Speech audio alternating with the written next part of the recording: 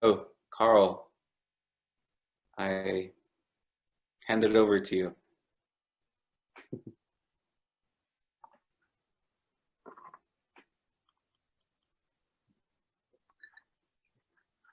Thank you, Orlando.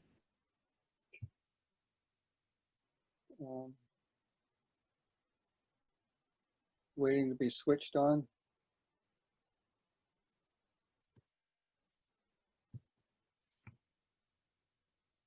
Am I on the screen? Sorry, Yeah, you're good to go, Karl. Okay, well, thank you very much. I'm honored to be, this is my maiden voyage in Zoom reading.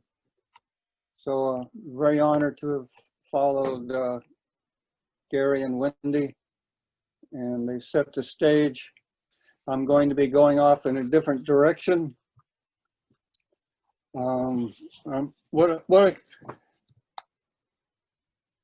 The basis of part of the work I'm going to be reading and showing is something I had shared with Orlando, and that is, in the English language, I look at a noun that is a verb suck dead. So what I try to do is put the energy that has been sucked out back in playfulness with the language, and later I'll do a quick run through of some visual poems to share with you. Well, first start off with a couple poems written long ago they're in this book, Charged Particles. And this first one is some Roman math, C ions. The word coin is C ions. So Roman math, the letter L is 50. So I break up the first word. Listen, L is 10 times 5 is the number of change loose and clinking pocket full of pennies. The word listen is 10 times 5. L is 50. The wind is blowing its W upside down. The mind. Again, M turns. The wind. Things are getting tighter.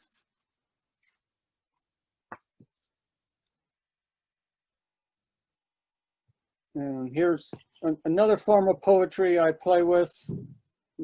This is a book, 27 years of mathematical poems put together.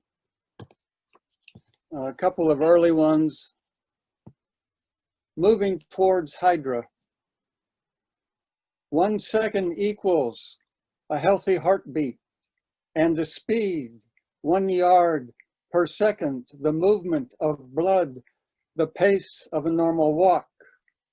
1 word per second, a typing rate I fail as I take note, the deja vu this second, the typewriter's capital O and 0 stroke identical ellipses, orbit of Earth around Sun, 18.6 miles per second, orbit of Sun around Milky Way, 186 miles per second, orbit of Milky Way around unknown point, 173 miles per second, towards the Virgo cluster. My machine's net, 249 miles per second, and moving towards Hydra, 13 miles per second, a 50 light year trek.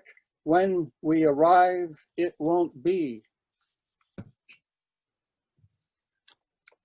And I talked earlier with Wendy about, I was going to write read a moon poem as well. This goes back. It's called Moon Chime. Apollo 12 lunar ascent module shot into the moon, quaked 55 minutes. Oh, delirious, delicious delirium. Science asked for more. Apollo 13, true to its patriarchal numerology, was unable.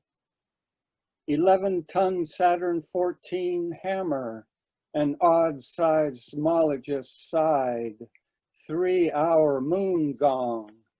90 minutes by ascent module. 15 again rang the chime. 5 days before and 3 after perigee, 80% of moonquakes. Solar winds and meteor showers, OG designs on the moon, filling the abyss with music.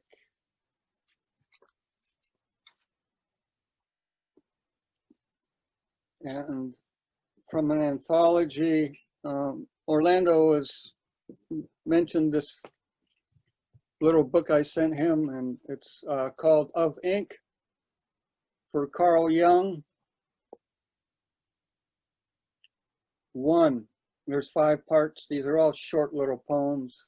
1, capital A, as the first letter was made like a pyramid tomb of alphabet birth. 4 eyes, inkwell sun behind horizon, the scribe of dusk dips the quill to dot night's eye, Venus. I wrote this before it was accepted about who the birds really are. The desire to dot the eye of air from which they, as birds, would become. Dinosaurs invent the feather. The eye has been cast. Head floats above body. What we have become, the vanishing points the planet falls through. By holding the E handle of ode, Crow dips the O into the soapy water of gnosis and blows the bubble he flies into as the dot that completes nothing. Crow's a very important bird for me. The third eye, Himalayan yogi saints to complete the perfect continental cursive eyes, float from mountaintop to mountaintop, diacritic, diadem, bindu beacons. 4, the others. Of the slingshots, U, more difficult to hold than Y, pulling diacritic ammo. A calligraphy. Night's calligrapher sharpens his quills in the solar winds, the meteor lines. Standing on Venus, feather with crescent moon hat, writing with sunlight. And last, laying lines on ocean at night, the planets sing of sunlight. I want to share some visual poems with you. Let me click on share here. It's taken a while.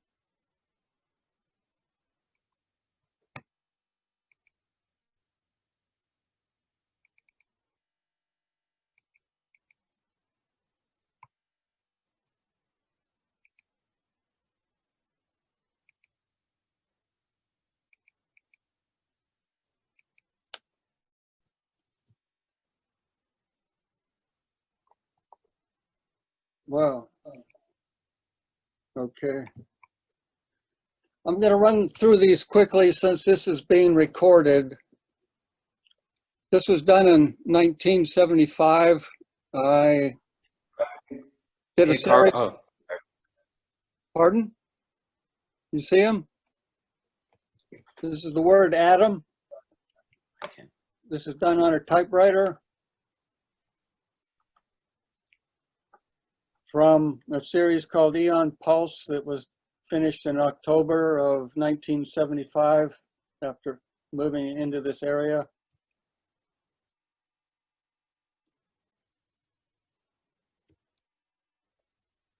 And it's not working.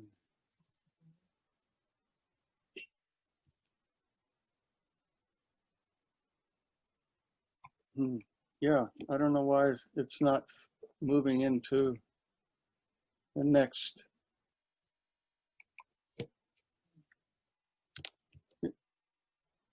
My computer is spinning. I don't know what's going on.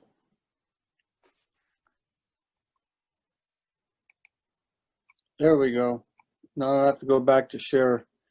I don't know, it got stuck. This is the word maze.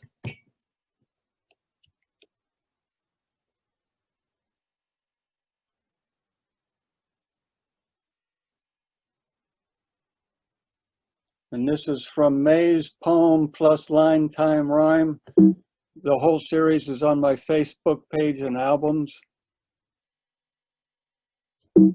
But I don't know what's going on. The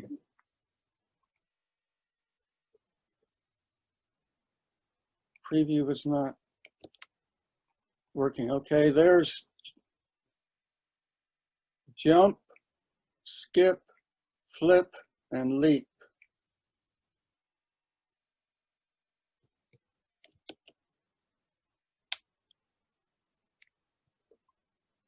This is the word mandala.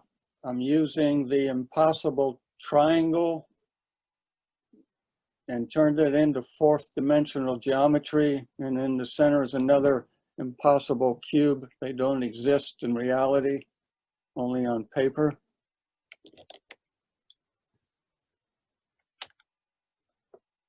This is from Wheels of the Vehicle, Krishna Vande. I have a whole series on mantras and bhakti songs.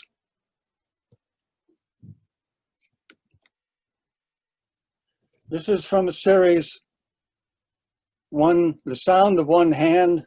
The Japanese in the corners that you see are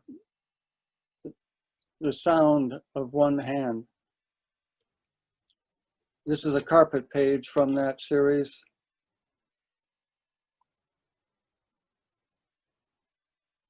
This next one is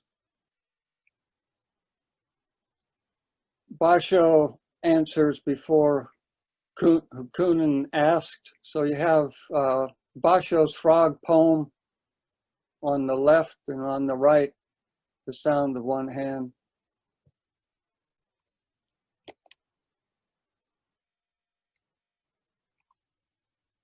And this is taking another step with frog jumping into the pond of the mind, and then the literal pond running across the horizon. So you've got the horizontal world and the vertical world.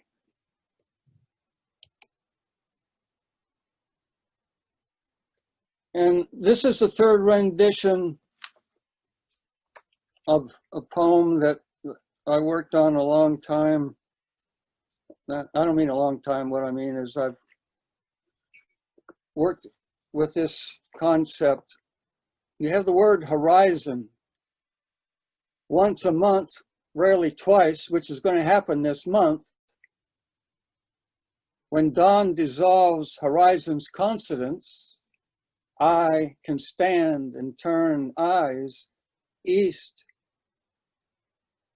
to the sun, west to the full moon, O-I-O.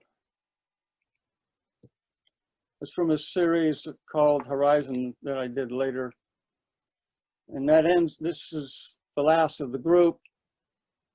This is the annihilation of nothing, where out of nothing comes silence, which then creates something, us.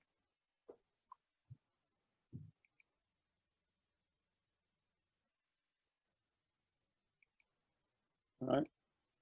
So I'm going to shift away from language play for a moment here and read from an anthology, Quiet Rooms, I was publishing recently, but this poem was written 20 years ago. It's from a manuscript called Golden Fields. In full sun fields, golden California grasses point to the last scattering seed wind. Among green canopied islands, coastal and live oak acorns prepare for later flight, woodpecker beak gripped. For their planting by a symbiotic bird brain, either remembering not its entire haul or leaving an eco-tithing. Over the next ridge, deep, plowed, fumigated soil, nothing grows on other than unessential wine grape vines to squeeze money out and wildlife off of. The wine and cheese crowd toasts itself, basking on panoramic view tasting patios in the illusion of wealthy succession from the laws of Mother Nature. In such a wine-drowned crowd, truth may be talked about, but not reached, for it means giving up the pieces for the whole. From the Book of Fire, Hafiz said, in a spoon, pour light, raise, nourish, beautiful, parched, holy mouths. And then lastly, from the last group of poems that have been published in this book, poems about something and nothing.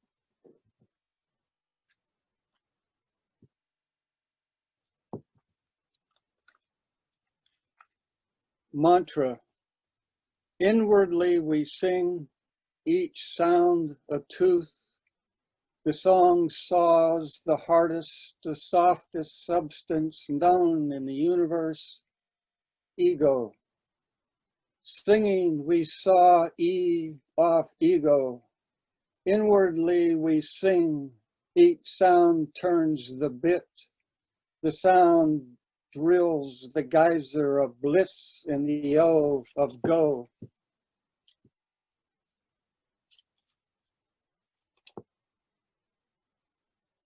On the beach, I open a book of Sufi poems.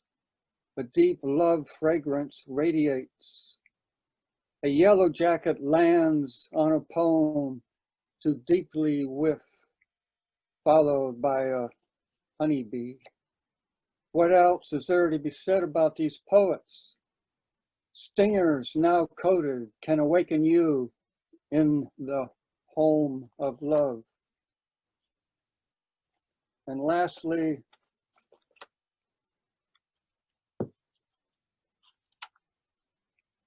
in oyster shell heart, the swaying priceless pearl undoes hypnosis. Inside all disappears.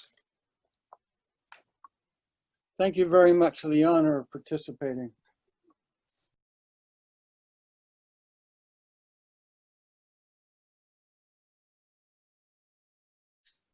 Each sound a tooth. I like that.